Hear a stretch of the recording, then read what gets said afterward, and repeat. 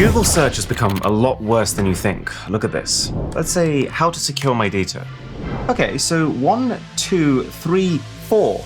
4 adverts. These are all sponsored links. Like, imagine if you clicked on one of our YouTube videos and I chose to start with 4 sponsored ads before I even got into the content. Google used to be magic. It's easy to take for granted nowadays, but the ability to just find anything you wanted in like 5 seconds was revolutionary when it was new. But I've been noticing more and more over the last few years, things starting to feel a little off. So? Well, yeah, since the past few years, but it's gonna be worse and worse in the future even, I think so. I've done a deep dive, no thanks to Google, and I found the 3 major reasons as to why Google search is not just in decline, but it's borderline broken now. And the way that they started changing this results page is the first. Like, look at this again.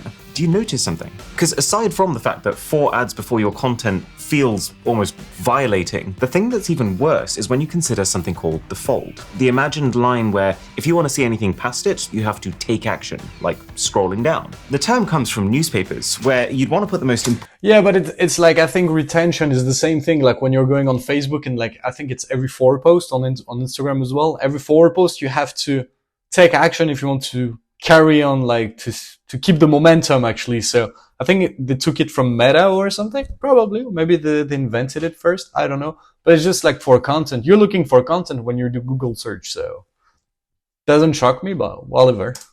Important information, not just on the front page, but specifically on the top half of that front page, so that people can see it even when the paper is folded up in stacks above the fold. Now, newspapers never got to a stage of having so much power that they could regularly afford to stick big adverts across their fold. They needed the fold to convince people to get the paper in the first place. But compare that to now, where the entire fold is just sponsored content, and it's starting to feel like Google's gotten too comfortable. Google has become so at ease that they don't even feel like they need to convince people to use them anymore. This company used to pride themselves specifically on how quickly their search engine finds you an accurate answer. But now you're either having to specifically invest more time just to scroll past their ads, or once again, retention is the new oil. So yeah, it makes sense for Google to do that. It gave them more money to reinvest into somewhere else. So yeah, it doesn't shock me. That the ads have what you want. Spoiler, they do not. Otherwise, those posts would be at the top organically without having to pay to get there. Oh, and you might have forgotten, but a decade ago, these sponsored links used to be highlighted in yellow, indicating to the user in a very obvious way that these aren't organic search results, so that you could just filter them out. And sometimes they were in their own cordoned off section to the right of the results. Yeah, remember Not that. anymore. That's now the sponsored search results look exactly like the genuine search results, apart from a tiny little, much less obvious sponsored text. And all of that is just for when you're searching for answers. Look what happens when you start searching for products. So I've been doing a lot of searching recently for a new chair. Wow. Yet again, not a single organic result in sight, but instead an entire carousel of shopping ads. And I think there's something particularly interesting happening with these shopping ads. And I'm not even talking about the fact that, no, it's not just you. These product listings are taking up more real estate on the results page nowadays than they used to. They are 34% bigger just compared to 2021. But it's not even that. See, I do a lot more internet shopping than most people. For one video, sometimes we're buying 20 products. And so while this one is more of a feeling and it's a little harder to prove, it is really starting to feel like with shopping, Google is specifically making the organic search results bad to make the best way to shop. I don't think so. I think it's both ways. I'm not disagreeing with what he just said, but hear me out real quick. I think it's more about like, if you're looking for, like he just put it, like a chair. Like, I don't know, if you want to go really niche down and looking for like a wood chair that would be like, I don't know, suitable for a living room with like wood and industrial style, you're just gonna check the image to see if it check, or you're gonna change the prompt of your demands, and that's how they want to look at. But what I agree with is like, you just got a big box of sponsored, which is true, but I think it's kind of like an advantage for the consumer that you can see straight away if your prompt sounds right, if the search engine understand your request. So yeah, I got the point, but I think it's to help the user and make more sales for Google and get more sales for the people who does the sponsor. I think that's might be the reason. directly from the ads. Like whenever I'm searching for something specific, like let's say I was trying to find the thinnest mini fridge to fit a particular space in my room. Thinnest mini fridge. And would you look at that? Something that completely fits the description I've typed. Well, there you go. That's what I said. And is thin. So the sponsored results are spot on. Google clearly understands what I'm looking for. So what happens when I scroll down and look at the organic results? Okay, first up is Amazon. And nope. None of these Okay, that products. makes sense. Okay, so now. let's go back I to Google understand what search and just scroll down. Nope, that's not it. That's not it. That's not it. Nothing here is it. Every one of these fridges is short and wide, which is not what I was looking for. This is puzzling, right? Like surely Google, with its current level of intelligence and review data, has the ability to take me straight to the single best rated product for exactly what I'm looking for. If you want to get some alternative, I definitely agree with him. And yet, does it not seem a little like Google's playing dumb? The difference between how tack sharp they are with making sure that the sponsored recommendations are spot on, but then at the very least not putting that same effort into their organic results, but maybe even deliberately making them less accurate. And when you look at the company's business model, it would make sense as to why they might do that. Because here's the thing, Google doesn't make more money if you find the perfect product. It's not like they're out there hoping you'll have an awesome Google experience and you'll go recommend Google to 5 friends. No, Google has your attention and they're making more money now by making more from your attention. Google's dream situation is that every company realizes that if they want to sell, they have to pay Google to be part of the sponsored buying section. And I can't shake the feeling that they are trying to create this pay-to-win environment, because this sponsored shopping segment is now not just a way to get a little bit of a visibility boost, it's been designed to be the only easy way for users to shop on Google. Like for example, let's see what happens when you try and search for something with a little bit more detail. So let's go back to chairs, but this time, world's most comfortable chair.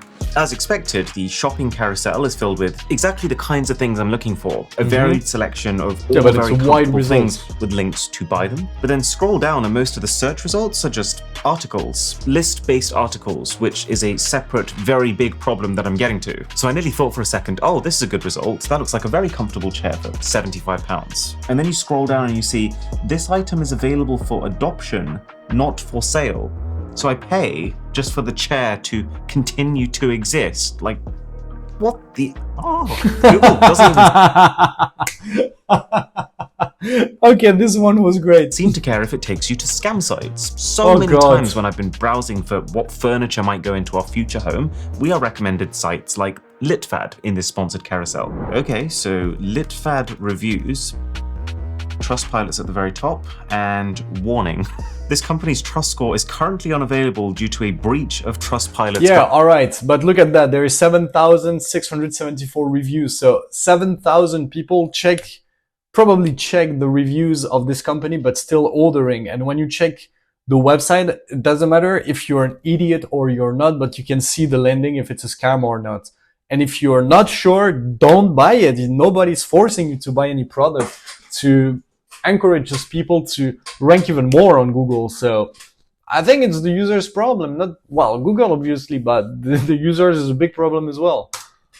Guidelines. This company has been pressuring people to change or remove their negative reviews. And even then, it's primarily 1 star. Okay, so Litfad is a scam. Beware of Litfad's customer service. It doesn't take Sherlock Holmes to see that this is a scam company. I don't see any way that Google wouldn't know that there are companies like this that they are actively promoting. And so the only conclusion that I can draw from this is that either Google is completely overwhelmed, or that's possible. Google doesn't care. If someone on Google is watching this, then correct me if I'm wrong. I would love to be corrected. Or at the very least, promise that you're working to fix this. But it sure looks like right now, as long as a company pays, it doesn't actually matter whether they're a scam or not. They go right to the top. I can't tell you how many times I've accidentally ended up on Chatbot app or Better GPT when I've been trying to search for ChatGPT, because they look basically the same and they're just paying to be ranked higher than ChatGPT. These companies, their entire business model is basically people accidentally clicking on them. It didn't always work like this. Google, when they started out, did not used to make a lot of money, and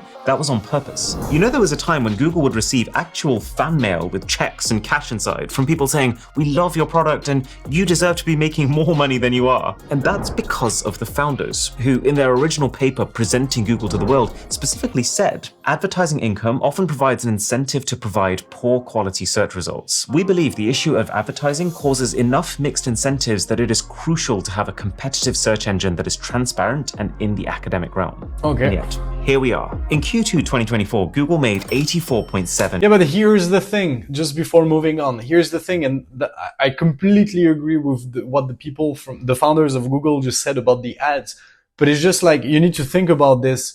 There is probably like 5 or 10% of really amazing product that gets promoted on Facebook ads and 90% of BS.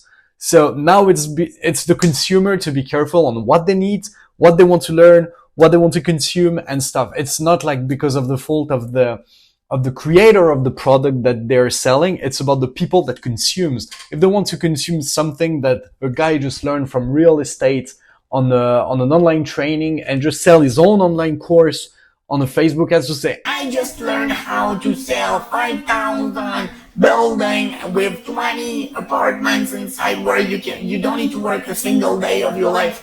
bro, seriously, wake up. It doesn't exist. You need to work anyway, so just wake up. But this kind of people just promotes this kind of BS. So now we're paying the price, which is great because there's a lot of people who promote great products but are not getting seen. And they give, well, anyway, let's move on. $1 billion in revenue, 76.3% of which came from ads. Well, and about obviously. 75% of that ad revenue is specifically from Google search ads alone, Obviously, as opposed it's to normal. YouTube ads, etc. And then even for searches where there's no product to sell you and there's no company paying to sponsor it, what does Google do? Try to push their own services and their own initiatives. It's normal. How many people are there on Earth? 7.951 billion. Now, 2022. don't get me wrong, if I'm looking for a quick answer to a simple question, I appreciate how Google just goes, "Here you go." But in 2024, this is not the right answer. It's actually not close to the right answer. We have 8.2 billion people. And if you click into it, you can see that it's showing us the answer provided by Google initiatives, even if the answer is way more outdated than other companies' sources on the internet. But okay, you probably catch my drift by this point. Google's search results page is starting to look an awful lot like an old 2000s web portal, which is ironic because one of the biggest reasons that Google actually beat Yahoo to become the world's de facto e-library was because they specifically didn't try to be one, while Yahoo did because they knew they'd make more money if they kept people on their own pages as much as possible. But it's at this stage into my deep dive that I came to my second realization, that while Google has fallen from grace, changed who they are, and started to put the user's experience second, it's not all Google's fault. A lot of what's been making it so hard to find the right web page these days is also down to the people making them. If you work online in any capacity really, or you just have really boring friends, you'll have heard of search engine optimization, or SEO. Yeah. SEO has become a massive industry, with a market size valued at 1.8 billion in 2022, projected to reach 7.1 billion in 2028. The basic idea is about analyzing the way that Google's algorithm ranks pages, and then employing various tricks to make your page look as good as possible to that algorithm so that you get placed higher and therefore clicked more. And as the algorithm has changed, so have the kind of tricks you see being used. Like, for example, you used to be able to boost your visibility just by having lots of reviews associated with your business, even if those reviews are negative, which led to, for instance, a scam in which a man named Vitaly Borka deliberately sent damaged or fake glasses to customers, hoping they would be angered. No, but like, I love it. Look at seriously, look at the page. Look at how it looks like. I don't know. It pisses me off. Even back in the day when I was young, you can tell that it's a bloody scam. You don't. Oh my god. Enough to review bomb him, knowing that it would promote his What a surprise. Jesus. site. But nowadays, you'll see these problems instead. Sites including buzzwords to capture as many possible search queries as you can think of. That's why so many AliExpress listings have incomprehensible names that are just Well, yeah.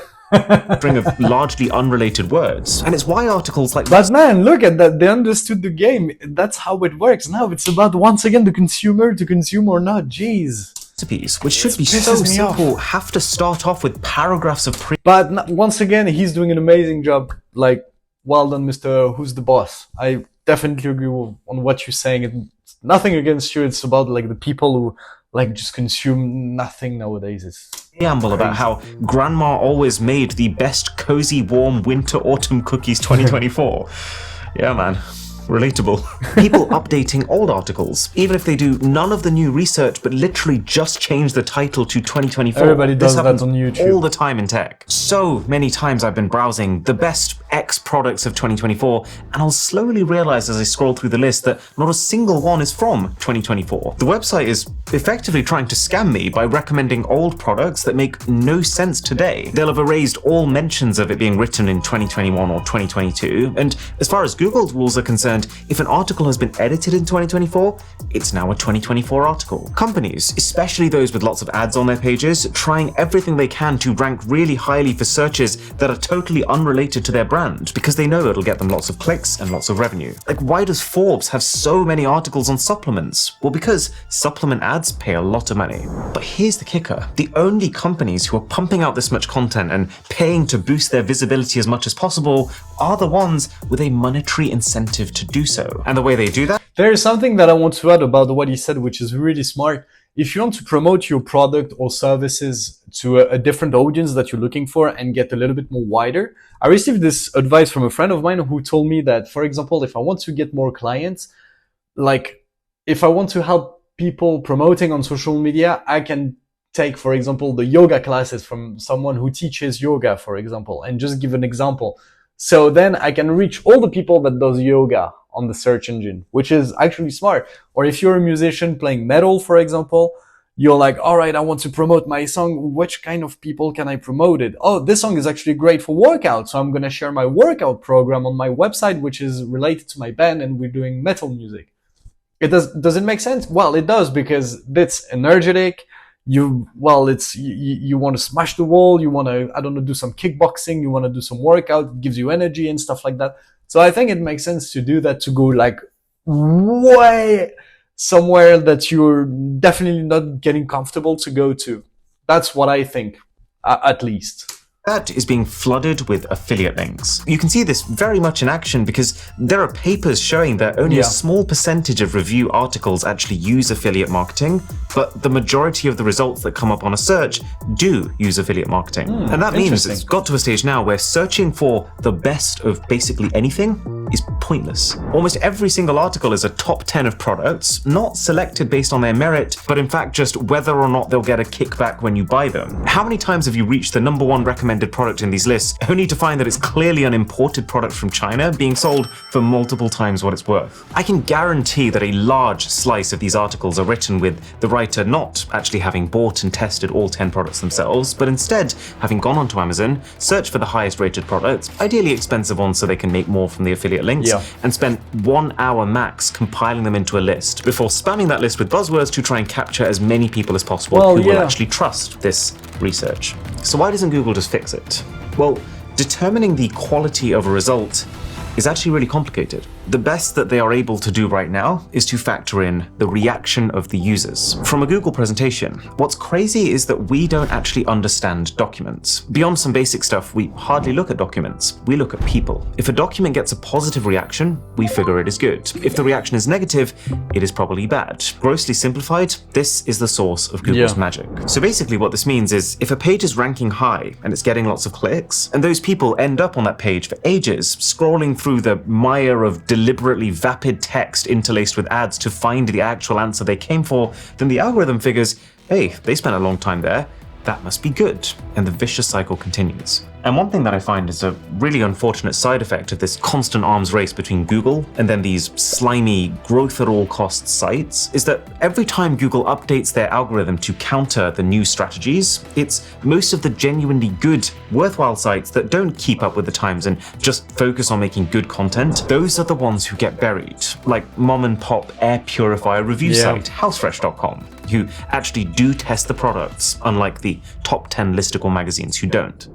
But now we come to the final frontier, because Google's success has always been to do with AI, but now they are integrating generative large language model AI in ways that are mostly making things even worse. You've probably noticed an increasing number of these AI overviews when you're searching for things coming up, and you've probably also noticed they're not very accurate. They often serve you the kind of flagrantly wrong gobbledygook best described with the expression "good enough," coined by marketing executive and search expert AJ Cohn, whose research was super helpful for this video. But here's the thing. Let's assume that these AI pop-ups work perfectly, 100% of the time, which is obviously the goal that Google's striving towards. How does that help all the sites that have helped to first gather that info? The sites who've done the work, researching and publishing the content that it seems like Google is using to train their AI? Answer? It doesn't. As a matter of fact, it actually seems an awful lot like Google is trying to replace those sites. And on one hand, you could argue that, AI summaries are amazing and they're going to make the search experience even faster. But after doing all of this digging, I'm starting to feel a slightly different way. What's to stop Google from deciding to use its AI to eventually replace the need to visit any other website? So you spend your entire browsing session within Google's search page itself. All right, let's have a look real quick. Here are 5 of the top Heinz beans varieties. Heinz baked beans, 5 beans, naked beans, and tomato sauce, and pork sausages. Okay. Here's one thing about the AI. I think people are overestimated AI right now. I think it's still the beginning of a relationship between the human and the AI, because it's not optimized yet. So stop freaking out and stop putting it everywhere. Keep testing it for another 10 years.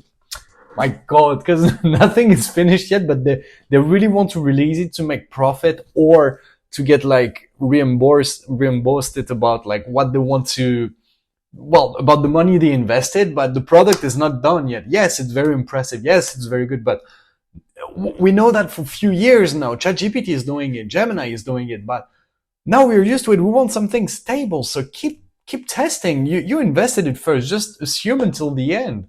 That's oh my God. It's like they want to integrate all the AI everywhere, but it's not stable yet. Why do you do that? Yes, of course, it's never going to be stable, but at least make it stable at 95% and keep like oh my God.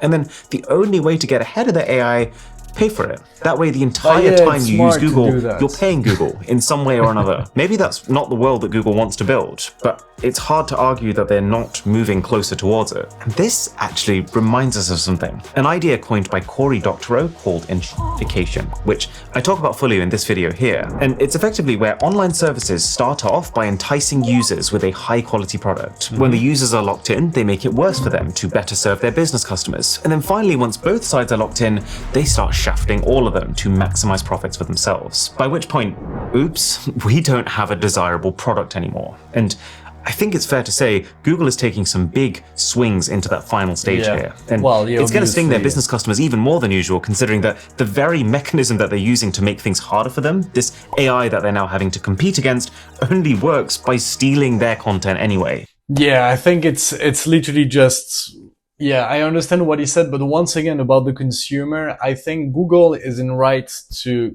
They're getting paid by their customers to show some ads and getting like money from customers who wants to get promoted on their platforms. However, where I agree with what he just said is when you have to add their AI stuff right in after the ads before having the actual organic content is a little bit too much, in my opinion. I agree with that, but that's the rule of the game. And I think now the main thing that we have to focus on, either you're a content creator or business owner, is to focus on social media to get more traffic from your social media page to then rank higher and boost it with an ad that doesn't cost too much. But once again, we need to try this and see how it goes. So if you enjoyed this video, make sure to smash the like button and subscribe to the channel and let me know what you think about this Google search falling apart, and I will see you on the next video. Bye!